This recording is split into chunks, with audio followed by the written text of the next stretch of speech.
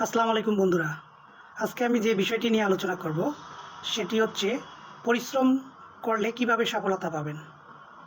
ধরেন একজন শিক্ষক যতটা চেষ্টা করেন তার থেকে ৩ গুণ বেশি চেষ্টা করেন একজন স্টুডেন্ট। যদি জীবনে ভালো করতে চান তাহলে পরিশ্রম অবশ্যই করতে হবে। পরিশ্রম ছাড়া কেউ সফলতা পায়নি, আজও পাবে না। আপনি আমাকে প্রশ্ন করতেই পারেন, কারণ আপনি বলতে পারেন পড়াশোনা করে কি হবে? পড়াশোনা না করেই তো অনেকে অনেক কিছু করতেছে।